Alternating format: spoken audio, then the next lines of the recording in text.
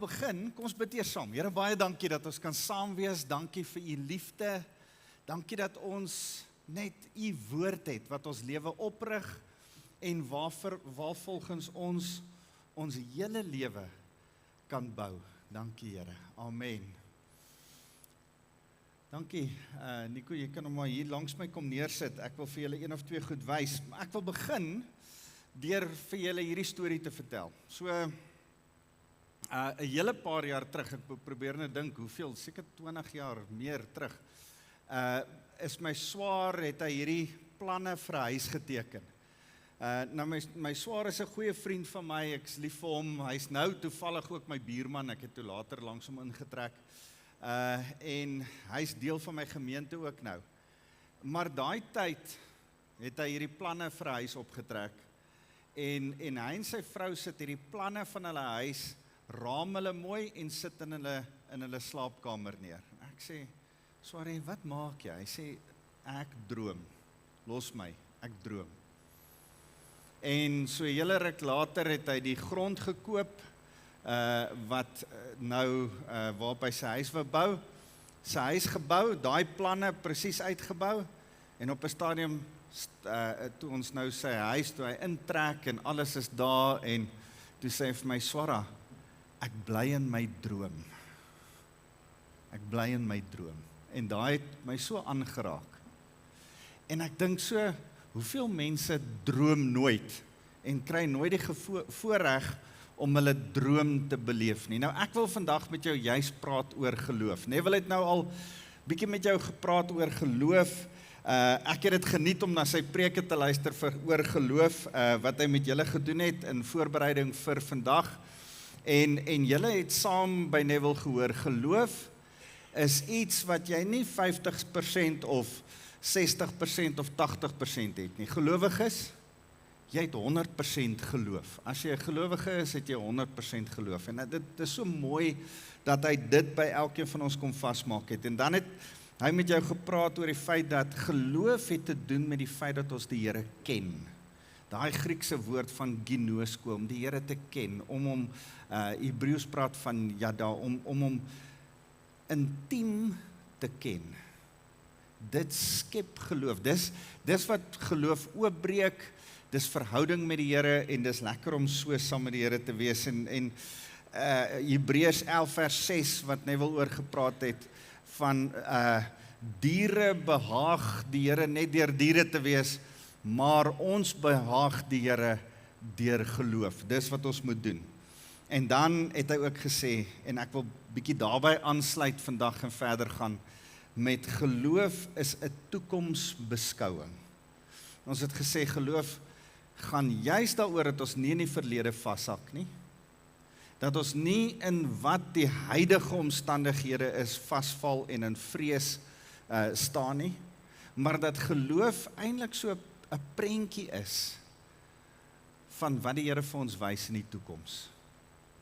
En terwyl ek vir julle bid, ek en Neville saamgesels, ervaar ek so dat die Here vir my sê, geloof is profeties. Geloof is 'n profetiese aksie. Geloof is om in 'n profetiese prentjie in te kyk van wat die Here vir jou wys. Maar as jy nie die prentjie sien nie, soos wat my swaar daai planne teen sy kamermuur gesit het, as jy nie die prentjie sien nie, dan weet jy nie waarin om te glo nie. Nou in kort, hier's my preek in kort. Hier's die prentjie waarin jy moet glo. Hy gee jou gelukkig hierdie prentjie. Nou ek sal vir jou mooi verduidelik hoe dit werk. Maar ek en jy moet 'n prentjie hê van waantoe ons op pad is. 'n Toekomsprentjie wat die Here in ons hart bou, sodat geloof iets het. Ons het geloof in iets. Ons glo dat die Here ons vorentoe vat. 'n Toekomsprentjie waarmee hy met ons besig is. Blaai gou saam met my na hierdie mooi gedeelte toe in Romeine hoofstuk 10. Romeine 10, ek hou so van hierdie gedeeltes. Een van my geliefkoeste gedeeltes in die Bybel.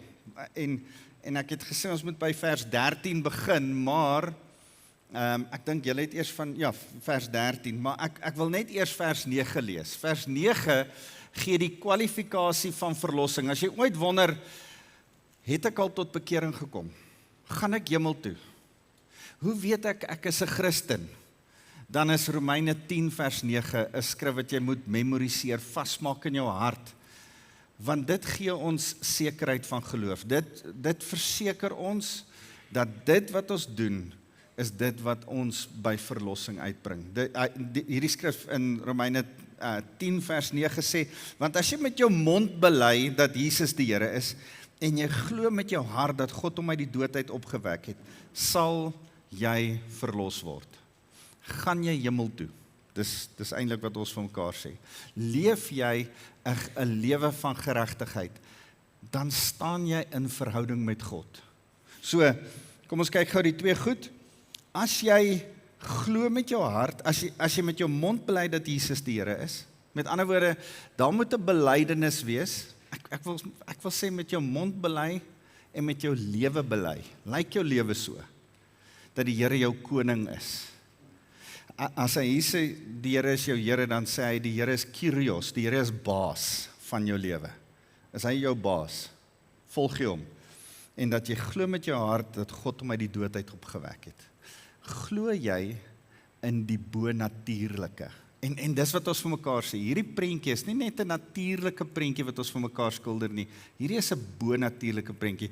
Op 'n stadium sê Paulus vir een of ander koning, dan sê hy, hoorie, en hier is die hele evangelie, dis wat met Jesus gebeur het, en toe het hulle hom gekruisig, en toe hy kom by die punt, waar Jesus uit die dood uit opstaan, sê, ja, ek weet nou nie meer of ek hierdie kan glo nie, wow, wag so 'n bietjie. Dieselfde het in Athene gebeur. 'n Klomp mense het vir hom geluister tot hy by die opstanding uit die dood uitgekom het en sê, dit maak nie logies sin nie. En ek en jy moet daarin glo. Dit moet die prentjie wees. Ek en jy glo in 'n bonatuurlike prentjie. En dis wat ons vir mekaar sê. Vers 13 van Romeine 10 sê, want elkeen wat die naam van die Here aanroep, sal verlos word. Jy moet die Here aanroep. Hy is jou koning. Vers 14, hoe kan hulle hom aanroep as hulle nie tot geloof in hom gekom het nie? Geloof is waar ons gesels. En hoe kan hulle in iemand glo van wie hulle nie gehoor het nie? En hoe kan hulle hom hoor sonder iemand wat dit verkondig?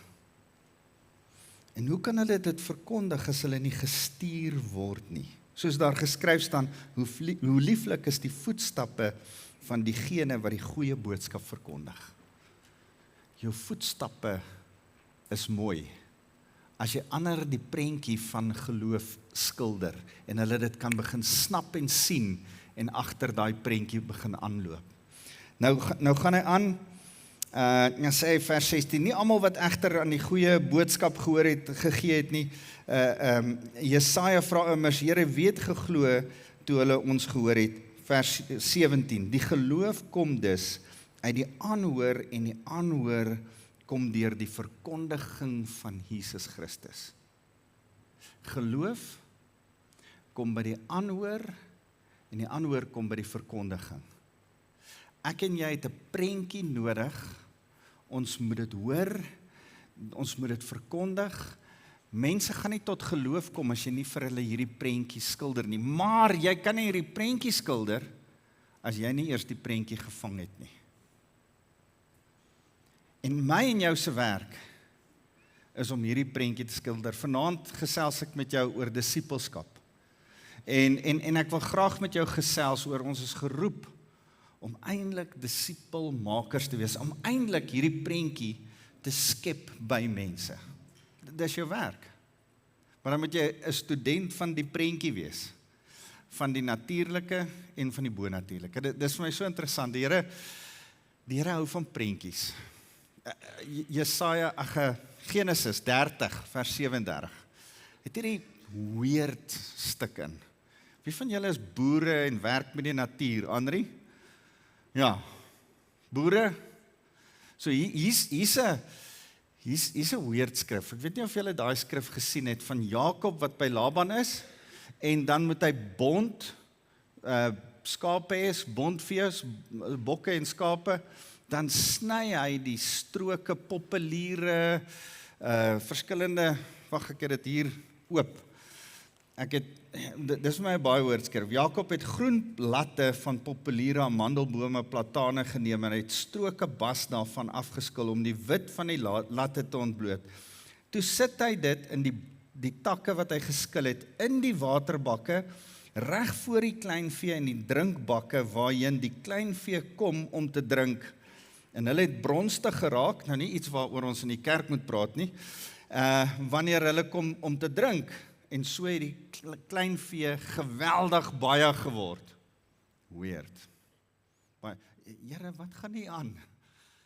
En eintlik, dink ek op 'n bonatuurlike manier het die Here net, ek dink nie hier's 'n natuurlike redenasie, by the way, vir hierdie nie. As een van julle sê, wag, ek's 'n wetenskaplike, ek sal vir jou verduidelik, asseblief kom verduidelik vir my hierdie. Want hierdie maak nie vir my sin nie. Maar ek dink wat hier aangaan, is dat iets bonatuurlik gebeur het. Dat die Gees van die Here met Jakob gepraat het en gesê het, hoor jy, ek het 'n plan vir jou, vertrou my. En hy het iets gedoen, hy het gedink, hierdie werk, en die Here het dit laat werk. Ek dink nie dis die takkies wat iets gedoen het nie. Ek dink dis die Here wat iets gedoen het. Maar daar's iets bonatuurlik, van 'n prentjie, dink nie dat dit regtig gegaan oor die bokke nie. Dink dit het regtig gegaan oor Jakob se hart van vertroue op die Here. En die Here hou van prentjies. Reg deur die skrif teken hy vir ons prentjies. Wys hy vir ons sekere goed. Man, toe ek na hierdie doop kyk vandag, wat 'n wonderlike prentjie wat hy vir ons gegee het. Hoorie? Sterf saam met my. Wedergeboorte is 'n sterf, Galasiërs 2:20. Dit is nie meer jy wat leef nie, maar Jesus Christus wat binne in jou leef. So elkeen van julle wat gedoop is, jy het vandag jou sterwe bevestig met jou begrafnis. Na sterwe kom daar gelukkig 'n begrafnis. Anders lê daar net lyke rond. En ons het geestelike lyke begrawe vandag. Jy's begrawe, die ou mens. En daar's altyd twee kante, né, van 'n doop. Die een kant is ons begrawe die ou mens, sonde is afgewas, jy's totaal en al verby met dit wat klaar oud en sondig was. Dis dood en verby. Maar dan is die wonderlike, jy staan uit daai water uit op. Dis die tweede kant van die doop. Jy staan op as 'n nuwe mens. Jy staan op as meer as 'n oorwinnaar in Christus. Jy staan op skoon gewas in Jesus Christus. Wat 'n wonderlike voorreg. Wat 'n mooi prentjie wat die Here vir jou sê, hoorie, jy gaan dit onthou. Jy gaan onthou die dag toe jou make-up gone is. Toe jou hare plat is, al is dit geblouwyf. Toe jy heeltemal plat onder die water was. Partykeer dink ek is so bietjie, dit vat so bietjie aan jou dignity ook, hè? Die Here kon vir ons kon ons nie eers so 'n windtonnel gestap het, en dan is jou hare net so bietjie, en dan moet jy hom net so bietjie, en dan sê jy weer reg. Maar die Here het gekies om dit nie so te doen nie. Jy moet deur water gaan. Jy moet deur 'n simboliese graf gaan, en aan die ander kant uitkom. Daar's iets van nederigheid wat in jou hart moet gebeur om gedoop te word. En is eintlik so mooi dat die Here beelde gebruik. Nagmaal is een van die wonderlikste beelde wat daar is. En as jy so 'n bietjie oor hierdie beelde van die Here begin dink, dan is die prentjies wat hy vir ons skilder, goed waarna ons hom al hoe dieper en meer kan ontdek. Nou, ek wil vinnig vir jou sê, vir my, ek's 'n prentjie mens, ek hou van prentjies. Ek hou daarvan om goed in prentjies te sien en te verstaan. Ek wil graag die evangelie in 'n prentjie verstaan. Ek wil dit klik en vang en sien. Die evangelie vir ons gaan oor saligheid, oor justification, sanctification, glorification. Redding, saligheid, oor heiligmaking, sanctification, oor glorification, verheerliking, om die Here te verheerlik, te eer met jou hele lewe en alles wat jy doen en sê. Goed, so dis Christendom opgesom. Jy kom tot bekering, jy lewe is 'n lewe van heiligmaking, jy sorteer goed in jou lewe uit, maar dan moet jou lewe ook die Here verheerlik. En eendag gaan jy ten volle gered wees, ten volle heilig gemaak wees, ten volle verheerlik wees, jy gaan selfs in 'n verheerlikte liggaam bly. So, die prentjie in my kop lyk so, en ek hou van hierdie prentjie, ek het hom vir myself so 'n bietjie uitgefigure en gefine-tune, en ek is die hele tyd besig om aan hierdie prentjie te werk, want dis die evangelie as 'n prentjie in my kop. Nou, vir die van julle, party van julle sê, man, ek's nie 'n prentjie mens nie, ek hoef dit nie te sien nie, maar vir die van julle wat wel prentjie mense is, kan die ander asseblief saam met ons geduldig wees, saam met die prentjie ou. En so ek glo absoluut dat die Here vir Adam geskape het op 'n vlak van gemeenskap met hom, fellowship met hom, hy het saam met hom gewandel, hy en die Here was op 'n perfekte verhouding met mekaar. 100% perfekte verhouding. Laat my dink aan ons 100% perfekte geloof wat ons as gelowiges het, maar kom nou daarby terug. So, en toe ongelukkig het die sondeval gebeur. En die sondeval het nie net Adam nie, maar uit Romeine 8 ook weet ons die hele wêreld in sonde gedompel en in die gevolge van sonde, siekte, dood, skuld, al hierdie goed is deel van sonde. En ons probeer konstant uit hierdie sonde uitkom met ons goeie werke, ons traai kerk toe gaan, jy traai Bybelstudie doen, jy traai goed wees vir arme mense, maar die skrif sê jou beste werke is soos vuil lappe voor die Here. Ons kom nooit weer op die vlak om by die Here uit te kom nie.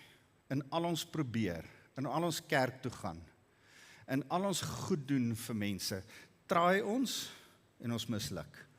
En wat meer is, ander godsdienstes langs ons probeer ook 5 keer 'n dag bid en allerhande verskillende goed doen, maar jy kom nooit op die vlak van geregtigheid uit, reg met die Here staan, soos wat Adam was nie.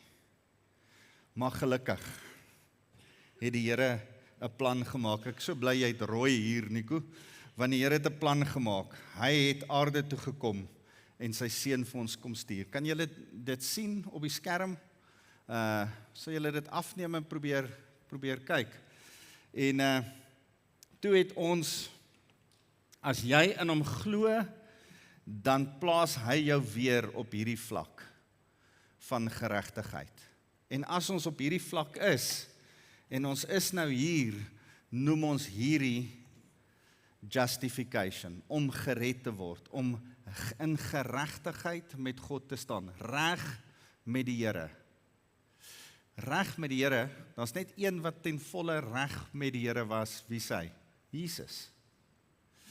Geregtigheid beteken om soos Jesus te wees.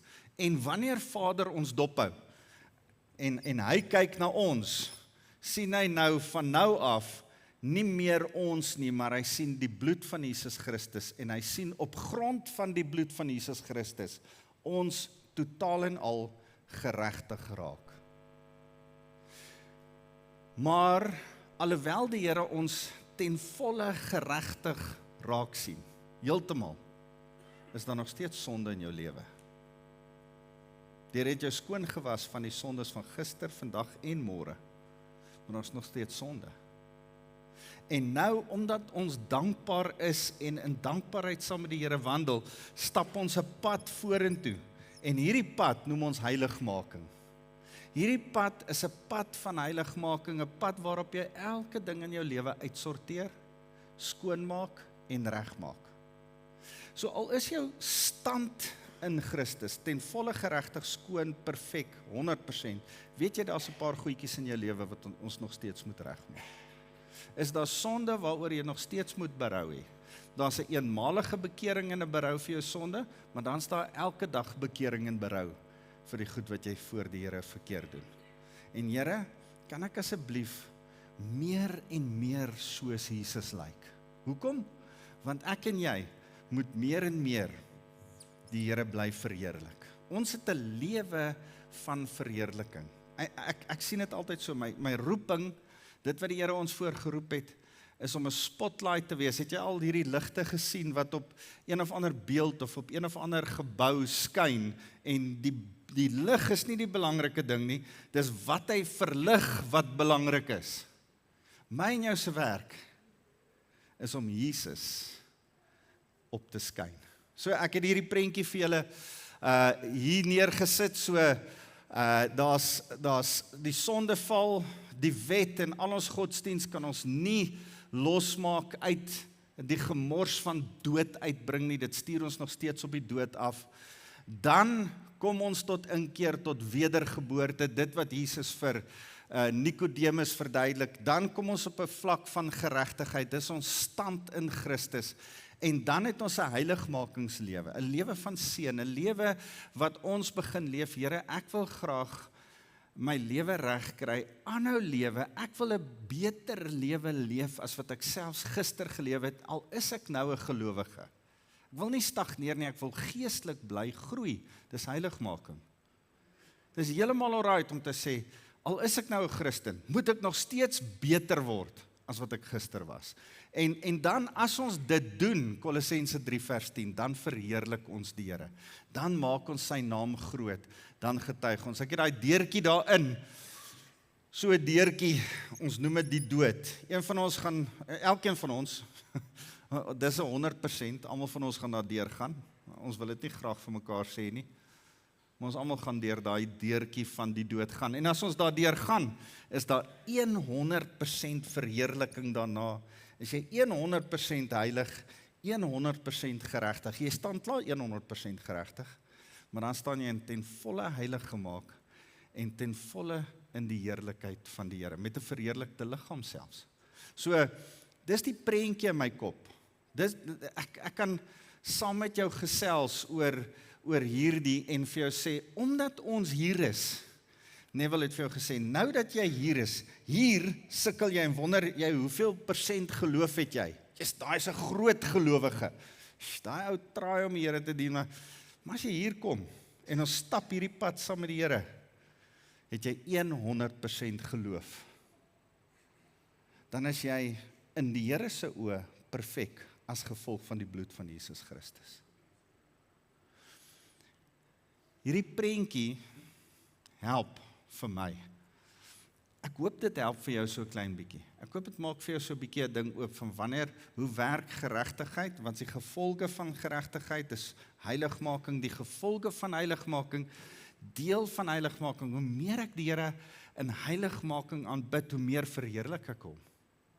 Hoe meer maak ek sy naam groot, Johannes die Doper se woorde, more of him, less of me. Here, al hoe meer van u. Ek wil u verheerlik in alles wat ek doen en sê. So, as ek saam met jou na hierdie prentjie kyk, dan besef ek die hele evangelie se prentjie. Jesus kom aarde toe om 'n prentjie vir ons te teken van hoe 'n perfekte mens met ander mense werk. Ons het nou die voorreg dat my een dogter het 'n stuk blyspel geskryf, 'n musiekblyspel geskryf, en ons voer dit aan die einde van die jaar op. En dis Maria se tafel, sy gaan hom in die Kaap opvoer en noem dit Nasaret, 'n huis in Nasaret. Ons voer hom in Centurion op, ons gaan hom Maria se tafel noem. En waaroor dit gaan is, so 2 jaar terug sit sy in 'n Kersdiens en ek preek oor Maria, en toe sy uitstap, sy pa, ek gaan 'n ding skryf hieroor. Sy het al 'n musiekblyspel geskryf en is al opgevoer, en sy gaan skryf toe hierdie ding oor Maria se tafel, en hoe die broers van Jesus, Jakobus wat later die pastoor in Jerusalem geword het, Judas wat 'n boek in die Bybel geskryf het, hoe hierdie ouens, Joses wat in die Bybel van gepraat word, die susters van Jesus, wat moes gebeur het? Stel jouself 'n prentjie in, Jesus is jou broer. Stel jouself voor, hy is die hele tyd perfek, hy doen alles reg. Ek dink dit moes nogal intimiderend gewees het. Jou ou boet doen alles reg. Jy moet in sy voetspore volg. Stel jouself voor, Maria weet van die profeseë wat Simeon en Anna in die tempel gegee het, wat almal vooraf gesê het, wat die wyse manne uit die ooste uitgebring het, en die skaapwagters kom vertel het van die engele wat sing. Stel jouself voor hierdie goed het gebeur, en Maria bære, die skrif sê, sy bære dit in haar hart. Sy hou wag oor die profetiese woord in haar hart, oor die prentjie wat sy sien, en sy weet, smart kom. Maar hy is die verlosser, en sy weet nog nie hoe alles werk nie. Stel jouself dit voor, stel jouself die emosie om daai tafel voor. So ons begin nou aan hierdie musiekblyspel werk, en ons het die akteurs gekry, en ons het nou, donderdag was die eerste oefening, en dit was nou lekker om so 'n bietjie te sien hoe hierdie dinge aan mekaar gesit word, en ek wil julle uitnooi, as jy dit enigstens kan doen, ergens in die Kaap, of ergens in Centurion, kom kuier vir ons, en dan kom kyk dit. Maar, die prentjie van Jesus was by Jakobus. Die prentjie van Jesus het lewendig geleef by Judas. Dan skryf Jakobus 'n boek, en dan sê Jakobus, luister, as jy geloof wil hê, Jakobus 2 vers 17, dan sê hy, wys my jou geloof in jou werke, dan weet ek, jy is 'n gelowige. Maar as jou geloof nie werk het nie, het jy nie geloof nie. As jy dit nie prakties uitleef nie, het jy nie geloof nie. Hoekom? Want Jakobus het die prentjie van Jesus elke dag voor hom gesien leef, die hele tyd wat hy geleef het. Hy het sy broer gesien. En ek en jy het die voorreg om die evangelies opgeskryf te sien. Ek en jy het hierdie Bybel, ons moet dit bestudeer, ons het die evangelies neergeskryf, en ons het die skadu in die Ou Testament. Hebreërs sê, die Ou Testament is die skadu van Jesus Christus. Ons kan die hele Ou Testament bestudeer, en goed van Jesus ontdek. Want daar was mense in die Ou Testament, wat Jesus gesien het, voordat hy aarde toe gekom het. Hulle het prentjies gehad. Ek dink, ek is op die oomblik in my stilte tyd besig met Esegiel. En Esegiel verstom my. Esegiel is 'n jong priester, weggevoer na Babylonië toe. Nou is hierdie jong Levitiese priester in Babylonië, en die Here sê vir hom, goed, ek wil hê, jy moet profeteer, maar nie vir die Israeliete in Babylonië nie, ek wil hê jy moet profeteer vir die Israeliete in Jerusalem. En dan in dieselfde tyd, presies dieselfde tyd, rig hy 'n ou op met die naam Jeremia. En dan sê hy, ek wil hê jy moet profeteer, Jeremia, maar nie vir die mense in Jerusalem waar jy nou bly nie. Ek wil hê jy moet vir die ouens wat in ballingskap weggevoer is. Die Daniël, Sadrag, Mesach en Abednego groep, daai mense. Ek wil hê jy moet vir hulle profeteer. So, dit is eintlik so snaaks as jy Jeremia en Esegiel kyk. Hulle profeteer so. Hulle profeteer nie vir hulle eie mense nie, daar waar hulle bly nie, hulle profeteer vir die ander klomp in die ander plek, en hierdie ou profeteer weer vir die ander klomp in die ander plek. En dan ewe skielik, so 12 jaar nadat die ballingskap vir die eerste keer gebeur het, en Daniël en sy vriende weggevoer is, dan is daar 'n revolt, 'n rebellie in Jerusalem. Die koning wat agtergelos is, rebelleer weer teen Nebukadneser. Nebukadneser is in daardie tyd, ek gaan nou by hom uitkom, hy is in daardie tyd geweldig hoogmoedig. Hy het 'n beeld gekry van wie hy was. Hy is die goue kop en bors, onthou jy? Daniël 2. En hy laat bou so 'n beeld, maar heeltemal ten volle van goud.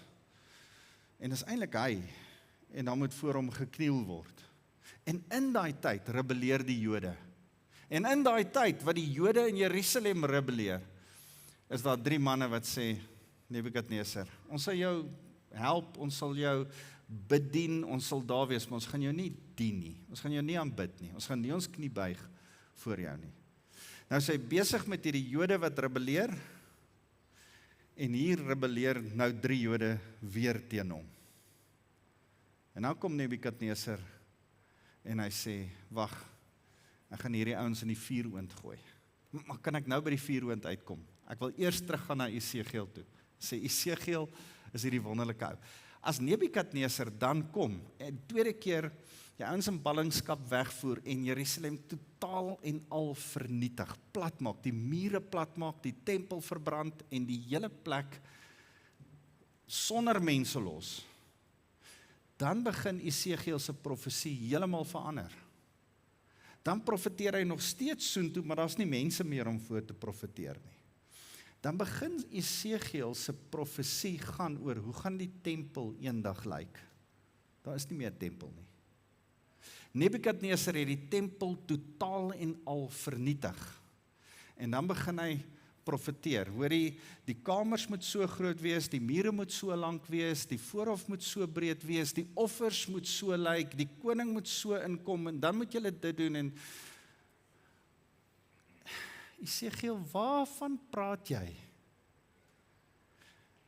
Daar's niks meer oor in Jerusalem nie. Daar's niks meer oor op die Tempelberg nie. En terwyl ek dit lees, ervaar ek so dat die Here sê, ek is die God van genade.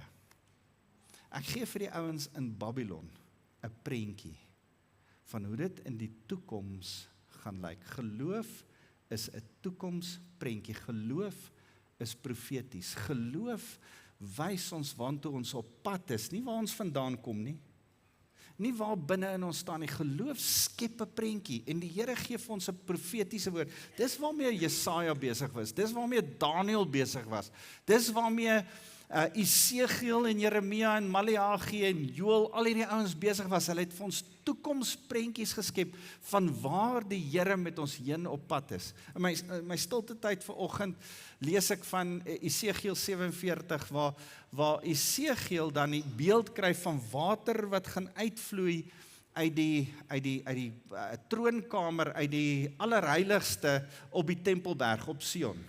Sagaria, interessant genoeg, sê dat as die Messias weerkom en hy sit sy voete op die Tempelberg neer, op die Olyfberg neer aan die oorkant, dan gaan die aarde in twee skeur en vars water gaan vloei vanuit Jerusalem na die dooie see toe. En die dooie see gaan dan 'n vars watermeer word waar daar vis gevang kan word.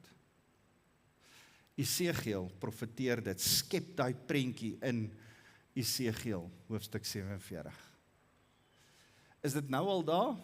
Nee. As jy Jerusalem toe gaan, dan staan jy op die Olyfberg, ek het die voorreg gehad, staan jy op die Olyfberg, dan kyk jy vir die Tempelberg en dan die Kidron-vallei so in die middel en dan besef jy, sjoe, hierdie gaan in twee skeer en hier gaan vars water uitvloei tot daar, dit kom nog. Dis 'n toekomsprentjie wat ek nie een keer in die Bybel nie, ek sien dit 'n paar keer in die Bybel herbevestig word. Glo jy dit of glo jy dit nie? Nou onlangs het hulle agtergekom daar's 'n geologiese, wat noem hulle dit, foutlyn, dankie, ja, so 'n makliker woord, 'n foutlyn daar in die aarde wat presies daar loop. So logies begin dit vir ons lyk asof dit heeltemal kan gebeur. Maar ek wil nie in die logiese vaskyk nie. Ek wil in die prentjie wat die Here vir my skets eerder vaskyk.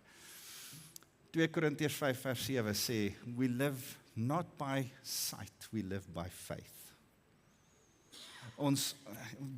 Ek dink ek het dit op, het ek 2 Korintiërs, is hy daar? Want ons wandel deur geloof en nie deur aanskouing nie.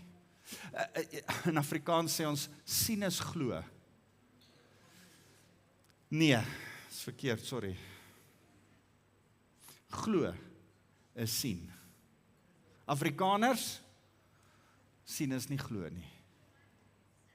Glo, om eers te glo en dan te sien, is wat gelowiges in glo. Dis, ons sien die prentjie van wat die Here beplan. Ons sien die prentjie van wat die Here het vir ons. Ons sien die prentjie profeties vooruit, nog voordat dit gebeur. Hier's 'n prentjie wat nog kom, Jerusalem se geografie gaan verander. Die dooie see gaan lewendig word. Dis interessant, Esegiel 47, lees ek volgende vir die eerste keer, sê dat die bome daar gaan geweldig vrugbaar wees. Soveel so dat dit 12 keer 'n jaar gaan vrugte dra. Ek sien uit daarna. Maar jy kan maar die Israeliete dophou. Hulle sal dit kan doen. So, ek kyk na hierdie goed, en ek besef, Here, U skep prentjies konstant voor ons uit, waarin ons moet glo. Korttermyn prentjies, wat die Here vir jou sê, hoor jy, ek roep jou tot 'n sekere ding, ek rig jou op, ek wil hê jy moet die prentjie raak sien, dat ek jou besig is om jou op te rig en te roep, ek's besig om met hierdie gemeente te werk, ek's besig om met Bloemfontein te werk, ek's besig met Suid-Afrika, sien die prentjie van Jeremia 29 vers 11, waarvoor ek jou roep, is vir voorspoed en nie vir teëspoed nie. Ouens, watter tipe profeet is jy daar langs die braaivleisvuur? Het gaan sleg in Suid-Afrika, ek gaan weer korrupsie. Wat se prentjie skilder jy vir die mense by die werk? Die vriende saam met wie jy kuier? Jy sien, hierdie boek, sy ander naam is die Evangelie, goeie nuus. Jou werk is om 'n prentjie van goeie nuus te skilder. Nie van slegte nuus nie. Nie van te neergedruktheid nie. Nie van, die Here het nie 'n plan vir Suid-Afrika nie. Het die Here 'n plan vir Suid-Afrika? Sê amen as jy so dink. Yes, dis ons boodskap. As jy hier sit en jy kan nie amen sê nie, en jy dink hier's nie 'n plan nie, gaan sit weer by die Here en sê, Here, gee my 'n profetiese prentjie vir Suid-Afrika. Here, gee my 'n profetiese prentjie vir Bloemfontein. Ek weet dat Neville het 'n profetiese prentjie vir Bloemfontein. En luister, die Here rig julle op. Die Here rig hierdie gemeente op. Jy moet die prentjie sien, jy moet dit snap en jy moet vorentoe gaan. As jy dit nog nie sien nie, moet jy indruk by die Here en sê, Here, ek het U woord nodig. U moet my kom stig, U moet profeties met my praat, sodat ek geloof kan hê in die prentjie vorentoe. Here, wys my wat U sien. Esegiel sien dit. Nebukadneser sien dit. Daniel sê vir hom, hoorie, die Here is by jou. Hy interpreteer dit heeltemal verkeerd. Hy sien hierdie goue beeld, hy bou die goue beeld. Sadrag, Mesach en Abednego wil nie buig nie, gooi hulle in die vuuroond. Hy sê in Daniel 3, dan sê hy hierdie woorde, dan sê hy, het ek nie 3 in die vuuroond gegooi nie, nou is daar 4, en die 4de een lyk soos 'n gode seun. Wie is die enigste gode seun wat ek en jy ken? Dis Jesus Christus. Hy sien vir Jesus. Die Bybel praat van die engele van die Here en dan partykeer die engel hoofletter van die Here. Joshua, wat kom buig. Wanneer iemand op 'n stadium ontmoet Gideon die engel en dan buig hy voor hom en dan later is daar net 'n engel. Baie interessante storie, maar wanneer iemand die engel sien, buig hy voor hom. Sê hy vir Joshua, hierdie is heilige grond. Sê hy, praat hy met Moses. Daar's 'n paar voorverskynings van Jesus in die Ou Testament. En 'n paar mense het die voorreg om Jesus te ontmoet, soos Nebukadneser. En dan kom Daniel, hoofstuk 4, is een van die mooiste hoofstukke. By the way, hoofstuk 4 is geskryf deur Nebukadneser, nie deur Daniel nie. Hoofstuk 4 van Daniel, gaan lees hom, dis jou huiswerk. Dit stuur 'n bietjie geloof in jou. Hoofstuk 4, dan skryf Nebukadneser oor sy eie lewe, dan sê hy, kom ek vertel julle wat het gebeur. Ek het 'n droom gehad oor 'n boom, die boom was afgesny, en die stomp van die boom was vir 7 jaar vasgebind, en 'n hele storie, en dan kom hy by Daniel en sê, Daniel, jy ken hierdie goed, jy hoor die Here se stem, praat met my oor hierdie droom, en dan sê Daniel, ek wens dit was eerder jou vyande, en nie jy nie. Maar koning Nebukadneser, jy moet in jou hart repent, jy moet nederig word, jy kan nie met hoogmoed sit nie. Want anders te gaan hierdie droom waar word. En dan, op 'n stadium sê, hoofstuk 4 van Daniel, het Nebukadneser so oor die hele Babyloniese ryk uitgekyk en gedink, ja, ek het 'n impressive koninkryk. Sjoe, dis mooi, die ding wat ek daarom gebou het, is mooi. Luister, die Here het al klaar met hom begin praat. Die Here het fisies aan hom verskyn, Jesus. Hy dink nog steeds is hy.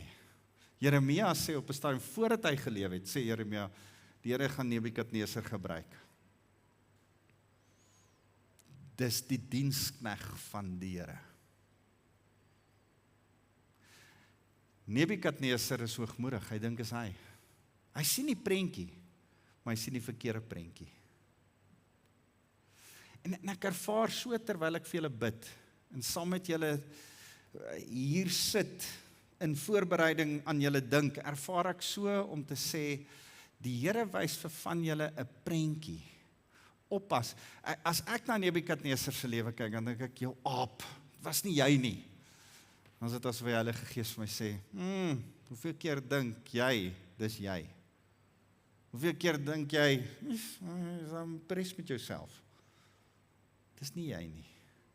Dis die genade van Jesus Christus. Ek hou so van wat William Booth gesê, die ou wat Salvation Army begin het. But for the grace of God, there goes I. Here, dis net genade dat ek nie die boemelaar is wat daar sit nie. Dis net genade wat U gemaak het, wat my besigheid is, wat hy is, wat my huwelik is, wat hy is, wat my kinders. Man, as iemand jou komplimenteer oor jou kinders, dan ek is maar oulik. Nee, dis die Here se genade. Genade op genade, om kinders groot te maak, vat genade. Ek het 3 dogters. Dit vat genade. Ouens, jy kan die prentjie sien en totaal en al mis as daar hoogmoed in jou hart is. As daar verwaandheid in jou hart is.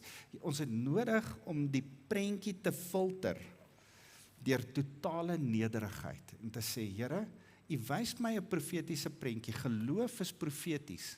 En U is konstant besig om my in my persoonlike lewe roeping, beroep, die goed wat in my lewe is, prentjies te wys. U is besig om my te roep om die evangelie te verkondig en ander tot geloof te bring. Maar Here, ek kan dit nie getrou doen as ek nie die prentjie suiwer hou deur myself nederig te hou nie. As ek 'n stuk van my vlees en my ek is so oulik inmeng, dan mis ek dit. En dis wat met Nebukadneser gebeur het, né? Dis wat met hom gebeur. Hy loop rond soos 'n wilde dier en hy eet gras, omdat hy die prentjie gemis het. Genade op genade. Hy kon soos Herodes net daar dood neergeslaan het, want dis wat met Herodes gebeur het, na Jesus, toe hy hoogmoedig geword het in Handelinge. Maar die Here het genade met Nebukadneser. Hy slaan nie dood neer nie, hy loop rond soos 'n dier vir 7 jaar en mis dit. En dan, Daniël 4 vers 37, ek dink julle het dit hier, nou prys ek het dit hier, nou prys ek Nebukadneser, en ek roem en eer die koning van die hemel. Wie is dit? Jesus. Al sy werke is waarheid. Wie is die waarheid? Jesus, ek is die weg, die waarheid en die lewe. Niemand kan uit die Vader kom behalwe deur my nie, Johannes 14 vers 6. Al sy werke is waarheid en sy paaie is reg. En hy kan verneder die wat in hulle trotsheid wandel. Hy praat van homself. En hy praat van my en miskien van jou ook. Hy het die prentjie reg getrek en die Here kon hom toe weer gebruik. Kan ek en jy besef, een van die goed, die bril wat ons moet opsit, is nederigheid. Here, help ons om in nederigheid hierdie prentjie te sien, sodat geloof in ons kan gestuur word om die prent vooruit te sien. Abraham word genoem die vader van ons geloof. Abraham sien die prentjie, as die Here aan hom verskyn in die land en sê, trek, ek het 'n ander land vir jou, ek het 'n beloofde land vir jou. Hy trek, as jy besef, dis duisende kilometer aan die kant die woestyn, hy kan nie gou vlieg en dit gaan scout en gaan kyk, hoe lyk dit, en dan terugkom nie. Hy moet die Here glo. Hy moet die Here vertrou. Daar was niemand daar wat vir hom kon sê, "Sjoe, Israel lyk sharp, dit lyk mooi, jy kan gerus soontoe gaan, die Here is reg, jy kan maar die kans vat." Hy kan dit nie gou Google nie. Hy kan nie gou gaan kyk en 'n paar foto's van iemand sien nie. Dit was voor daai tyd. Hy moet die Here vertrou. Hy moet die prentjie in sy gees sien. Voordat hy sien, moet hy sien. Ouens, voordat jy sien, moet jy sien. Sien is nie glo nie. Jy moet eers glo en in jou gees die profetiese prentjie sien. En dan moet jy dit volg. Dan moet jy trek. Dan moet jy glo wat aan die ander kant is dit wat die Here gesê het, dit is. Glo jy die Here? Glo jy in die bonatuurlike? Glo jy die een wat uit die dood uit opgestaan het? As jy nie dit doen nie, het jy nog nie, kan jy jouself nog nie 'n gelowige noem nie. Ons glo in dit wat vir die wêreld nie sin maak nie. En die Here roep jou, om in die bo-natuurlike te vertrou. Die Here roep jou partykeer na 'n ander land toe en sê, trek. Die Here roep jou en sê, hoorie, ek wil hê, daar moet seker goed in jou geloof gebeur. As jy die hele ding rondom Lot besef, eers in geloof laat hy Lot op 'n ander plek gaan bly, en die Here bless hom. En dan word Lot weggevat deur 'n klomp konings, in geloof gaan hy met 300 man en veg. Die interessantste ding is, dat Abraham is eintlik die vader van ons geloof, 'n ou wat in verhoudings glo. Ek dink baie keer geloof is gelyk aan verhoudings. Hy's 'n verhoudingmens. Verhouding is vir hom belangrik. Abraham veg nie sommer nie. Inteendeel, hy compromise 2 keer oor, hierdie is nie my vrou nie, dis eintlik net my sussie. Wel, hy lieg halfpad, dis sy halfsussie. Maar dis ook sy vrou. En dan moet die Here hom uitbuil 2 keer, nogal 2 keer, by 2 verskillende konings, noord en suid van Israel. En dan kom Abraham, gaan veg teen 'n klomp sterk konings, net om sy verhouding mens, Lot, weer terug te kry uit slawerny uit. Die enigste ding waarvoor Abraham veg is vir verhoudings en vrede. Dis interessant, nê? Nee? Hy sien die prentjie, Here, U roep my vir verhouding, U roep my vir geloof, U roep my vir mense, U roep my vir hierdie land, ek sal gaan veg vir Lot. En dan as hy terugkom, dan gee hy geld vir Melchizedek, die koning van geregtigheid, die koning van Salem, van Shalem, Jerusalem. Voordat dit Jerusalem geword het, was dit Salem. Was die stad Salem, by 'n koning gehad, 'n koning van geregtigheid. In Hebreërs 7 lees ons, dis 'n koning sonder 'n voorgeslag. Hy het soos Nebukadneser die voorreg gehad om vir Jesus te ontmoet. En dan om 'n 10de van alles te kon gaan gee. En die Here bedien hom met nagmaal, brood en wyn. Dis my so mooi prentjie. Hy ontmoet die Here. En dan het hy op 'n stadium 'n ander keer ete saam met die Here, en die Here sê, hoorie, ek wil vir jou kind gee. En dan mis hy dit ook. Hy sien die prentjie, maar hy probeer die prentjie in sy eie vlees verkry. En Ismael word gebore. Partykeer sien ek en jy die prentjie, en ons het 'n paar Ismaels in ons lewe, want ons interpreteer die prentjie verkeerd, soos wat Nebukadneser dit verkeerd interpreteer het, soos wat Hagar, Sarah en Jakob het verkeerd interpreteer het, en ons gebruik Hagar in steede van die goddelike plan wat hy vir ons gee. Sien die prentjie wat die Here vir jou gee. Ek en jy moet besef, Here, U gee vir ons 'n prentjie. Die prentjie gaan nie hierdie prentjie weerspreek nie. Die prentjie in jou lewe, korttermyn, langtermyn, is altyd in lyn met hierdie prentjie. Is altyd deel van jou roeping. Is altyd waarvoor die Here jou oprig. Weet dat die Here, so baie keer dan praat ons hieroor. Ons in Lewende Woord glo in die profetiese. Profetiese is nie iets, een of ander weird tannie wat opspring en hy sê, thus saith the Lord nie. Nee, dis in 'n toekomsverwagting van hoop en waarheid wat in ons lewe daar is. Dis hierdie woord wat in vervulling moet kom. En somtyds sien ons goed, sien ons in die gees, en wys die Here vir ons 'n prentjie, wat ons vorentoe trek, vorentoe lei, vorentoe sleep, en vir ons sê, dis waar ek jou wil hê. Kom uit depressie uit, kom uit siekte uit, kom uit armoede uit, kom uit 'n gesukkel uit. Ek wil jou laat opstaan en weer in 'n plek van vreugde sit, sê die Here. Maar jy moet die prentjie sien. Jy het die prentjie nodig. Dis hoekom jy medegelowiges rondom jou nodig het. Dis hoekom jy moet kerk toe kom, want jy glo in die prentjie. Die liggaam van Christus, die bruid van die Here. Dis die prentjie. Jy is deel van die bruid. Jy het nodig dat die Heilige Gees vir jou hierdie woord oopbreek, sodat jy hierdie prentjie met jou hele lewe snap, volg en verkondig. Wanneer jy hierdie prentjie verkondig, word jy 'n profeet. Besef jy dit? Wanneer jy mense die geloofsprentjie begin skilder wat hier geskilder is, dan is jy profeties.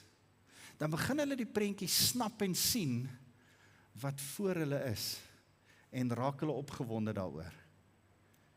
Kom hulle dalk tot bekering, en staan in 'n verhouding met die prent, waaroor alles gaan. Vir my en jou is die prent, Jesus Christus. Hy is die een wat voor ons gehou word, wat ons moet volg. My en jou se hele lewe is om hom te verheerlik, hom te volg. Here, ons wil net so ons koppe kom buig voor U en sê, Here, ons wil mense van geloof wees, mense wat 'n toekomsprentjie raak sien, mense wat nie moedeloos in die verlede vaskyk, of negatief in vrees vaskyk nie, want dis ook 'n tipe van geloof. Dis geloof in dit wat verkeerd is, in 'n verkeerde prentjie, en of dit trots of vrees is. Here, dis nie hoe ons U prentjie wil volg nie. Ons wil in geloof vorentoe kom kyk, U vertrou, en weer die koning van die konings heers oor ons lewe. Ek wil net so gehoorsaam wees aan die Here, terwyl ons oë toe is, my oë ook, wil ek kom vra dat as jy hier sit, en jy sê, Here, dalk het ek hier nog net met my mond bely, maar nog nie in my hart die prentjie geglo van 'n bonatuurlike God, wat bonatuurlik uit die dood uit opstaan nie. Here, U is my koning, en ek glo dat U leef, ek glo in hierdie hele Bybel.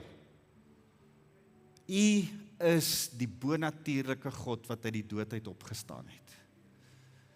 As jy dit vandag vir die eerste keer glo, is dit 'n geleentheid. Steek net jou hand so voor jou uit, asof jy 'n geskenk kry, want jy kry volgens Romeine 10 vers 9 'n geskenk van verlossing, ewige lewe.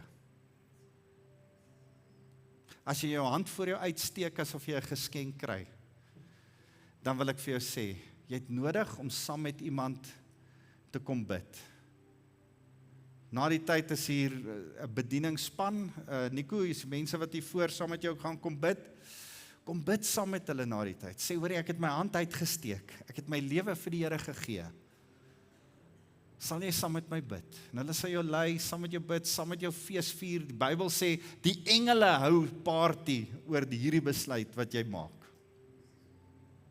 En dan wil ek vir nog 'n groep mense bid. En dis mense wat hier sit en visie verloor het, 'n profetiese prentjie verloor het, en jy's 'n bietjie in wanhoop, miskien in depressie, miskien negatief, miskien lyk dit nie goed vir jou in ons land se toekoms nie, miskien is jy sien nie die prentjie nie. Here, ek wil kom bid, dat die een wat ons lei, die leidsman, Here, dat sy Gees, U Heilige Gees, in ons, die prentjie sal openbaar, dat U ons op 'n pad van heiligmaking het, 'n pad waarop ons U verheerlik, 'n pad waar ons nie besig is om oor die negatiewe te praat nie, maar dat ons die lig van Jesus bly skyn oor elke en in elke omstandigheid. Here, miskien is die mense wat in die vuurhoond is. Mag hulle die prentjie sien wat Nebukadneser gesien het. Is daar nie 'n vierde een ook in die vuurhoond nie? Hy lyk soos 'n godeseun. Hy's met jou in die vuur. Here, mag sommige mense wat hier sit en in die vuurhoond is, besef, hy is met jou in die vuur. Hy wag nie vir jou aan die kant die vuur nie. Hy's met jou in die vuur. Hy sal jou help, hy sal jou deurdra. Here, hier's party mense wat u roep en sê, vandag moet jy hoor, jy's daar om die prentjie van redding te skilder vir mense wat nog nie die prentjie sien nie, nog nie die lig gesien het nie, wat in die duisternis vas is. Here, mag ons sê, hier is ons, Here, stuur my. Hier is ons, Here, gebruik my om die prentjie te skilder, in te kleur, te vertel. Here, gebruik my lewe, gebruik my woorde, gebruik my huwelik, gebruik my kinders, gebruik my geld, gebruik alles wat ek het, want ek glo in die prentjie wat my in verhouding met die lewendige God sit. Here, mag ek hierdie prentjie help skilder by elke mens wat ek ken. Here, hier is ek. Gebruik my. As jy daar is waar jy sê, Here, hier is ek, gebruik my. Steek net jou hande so voor jou uit. Steek net jou hande so voor jou uit. Sê, Here, ek is bereidwillig. Gebruik my om 'n prentjie skildenaar te wees. 'n Kunstenaar wat daai prentjie skilder. Here, gebruik my. Here, ek wil hierdie prentjie kom uitbeeld van wie is die oorwinnaar.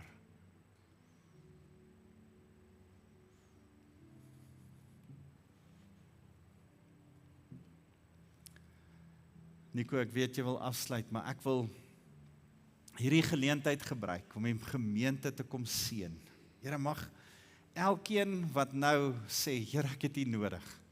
Here, ek het U nodig om my te kom help om hierdie prentjie te skilder van 'n toekomsverwagting, om geloof in ander te kom stuur. Here, mag U hulle seën met 'n prentjie van die liefde van God ons Vader, wat hulle omarm, die Vader van ligte in wie daar geen skadu van ommekeer is nie. Mag hulle sy liefde ervaar, mag hulle die genade van Jesus Christus besef, op grond van die genade is my sonde van die verlede, van die hede en van die toekoms vergewe en staan ek skoon voor U. En daarom, op grond van daai genade, mag ek 'n prentjie skep vir ander. Ek's nie perfek nie. Ek stap 'n pad van heiligmaking. U sien my as perfek.